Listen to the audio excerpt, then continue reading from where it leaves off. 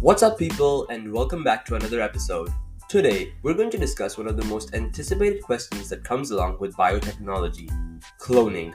So, if you're ready, I'm ready. Let's break down the mechanisms of cloning. First of all, what exactly is a clone? A clone is an organism that is genetically identical to another organism. A good example of this is identical twins, who share 100% of the same DNA. They are naturally occurring clones. First, we'll focus on a specific type of cloning, SCNT, somatic cell nuclear transfer. So, how does it work? Well, firstly, we need to take a somatic cell from an adult individual of the species. Then, we take an unfertilized egg cell and remove the nucleus that is inside it. After doing so, we fuse the somatic cell and the egg cell together. Why do we do this? Well, the egg cell itself would only have half the genetic information. It would require a sperm cell to provide the other half. By essentially replacing the nucleus in the egg cell with the nucleus of the somatic cell, we are providing the egg with a complete genome for cloning. After fusing the two cells, we stimulate the egg cell to begin dividing and we culture the embryo in a nutrient-rich medium for it to develop smoothly. As soon as the embryo develops into a blastocyst, the blastocyst would be implanted in the womb of a surrogate mother.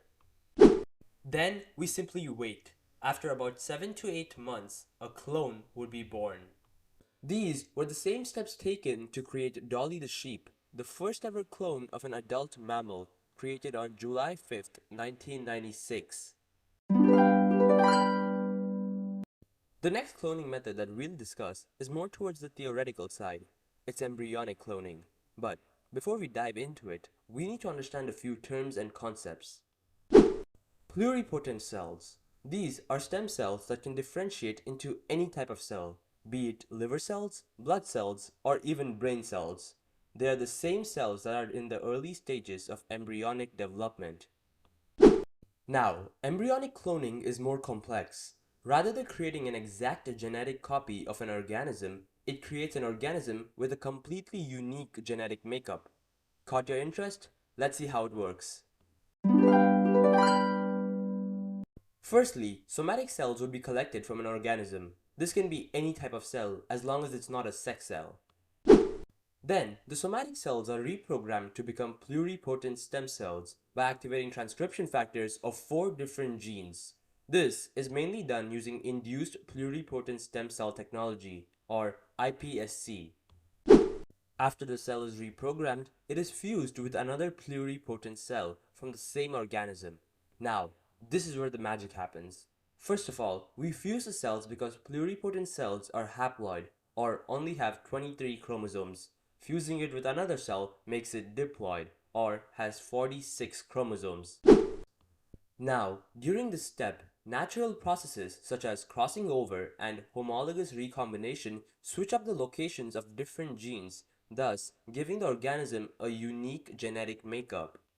After fusing the cells, the embryo is cultured in a medium, and then, after developing into a blastocyst, it is implanted inside a surrogate mother.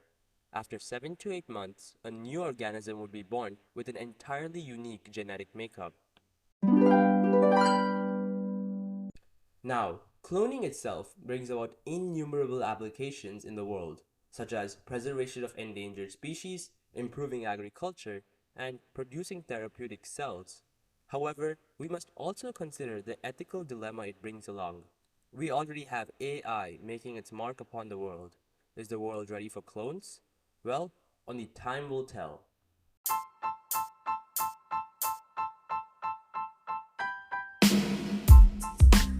Well, folks, that's it for today. If you enjoyed this episode and learned something new, consider smashing that follow button for more premium content. I wish you a great day, and this is Biotech Breakdown signing out.